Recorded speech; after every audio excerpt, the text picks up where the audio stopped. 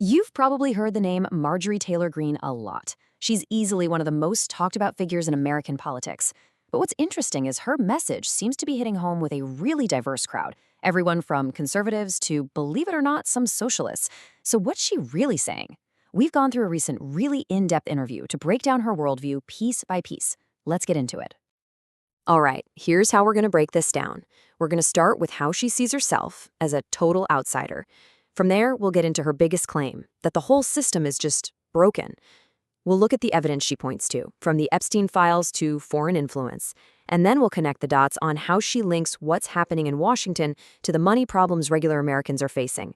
And finally, we'll see what it all means for her future in politics. So first up, let's talk about that outsider's appeal. You see, Greene doesn't really talk about her political journey in terms of party loyalty. For her, it's framed as this deeply personal mission, and it's driven by something pretty specific. She says the reason people are starting to listen is because of this raw honesty. I mean, she's 51, she has 3 adult kids, and she says she's seeing firsthand just how horrific it is for them trying to build a life right now. And she argues that that perspective, that's what's fueling her anger. It's not about some abstract ideology. For her, it's personal. And she really leans into these outsider credentials to back it all up. She's quick to point out that she never came up through the usual Republican Party machine in Georgia. In fact, she says she campaigns on being angry at her own party for dropping the ball on their promises, just as much as she is at Democrats. So this sets her up as someone who's fed up with the entire political establishment, not just picking a side. Okay, so this outsider anger has a very clear target. In Greene's mind, it's not just about arguing with the other side. It's this deep conviction that the entire system itself is just fundamentally broken. Yeah, you really can't get more blunt than that, can you? For her, the problem isn't just a few bad policies here and there.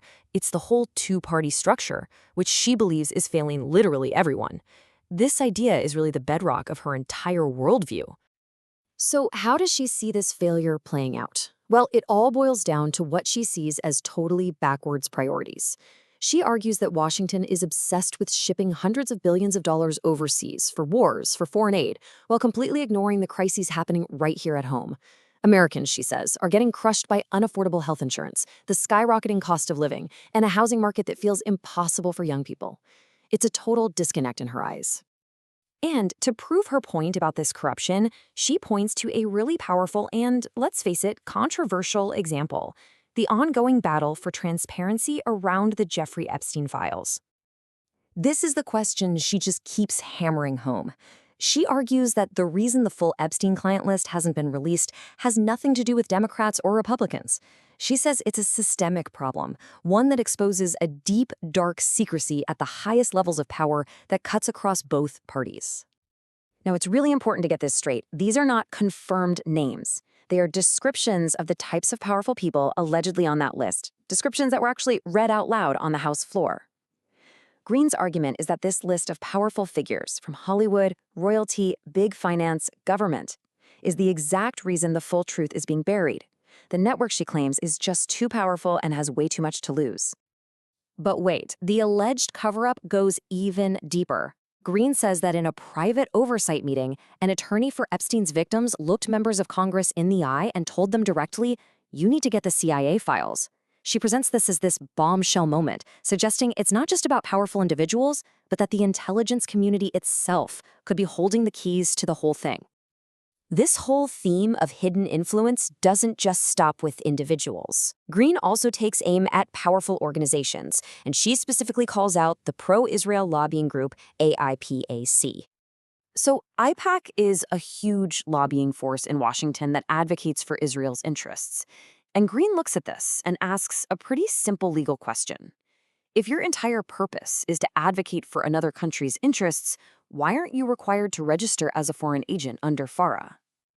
And she doesn't stop there. She lays out this whole process that she claims is how their influence works. She says new members of Congress get whisked away on these big, all-expenses-paid trips to Israel. They meet with everyone, all the way up to the prime minister. And then, she claims, they come back to the U.S. with the exact same pro-Israel talking points, creating this unified front that, in her view, puts another country's interests before our own. So, you might be wondering, how does all this stuff, the Epstein files, foreign lobbying, actually connect to the average person. Well, this is the key part of her message. This is where she ties her big critiques of Washington directly to the financial struggles of everyday Americans. To make her point, she starts with this number, one she brings up all the time, $100 billion. And then she immediately contrasts it with this one, 38. $100 billion sent overseas, while the average age to buy your first home here is now 38. For Green, the message couldn't be clearer. While Washington is focused on the world stage, the American dream is just slipping away. And it's not just housing, she says. It's this whole domino effect.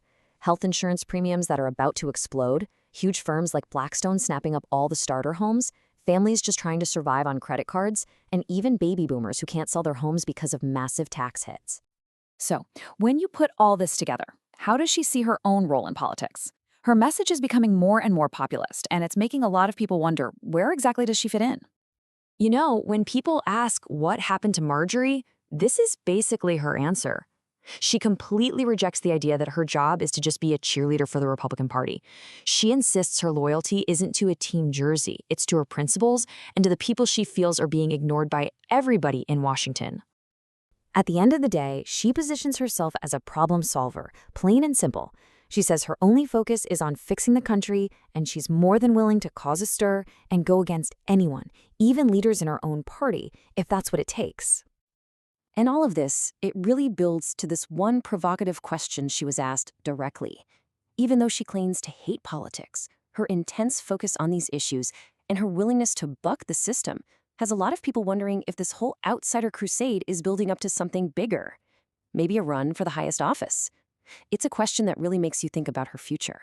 And maybe the future of the America First movement itself.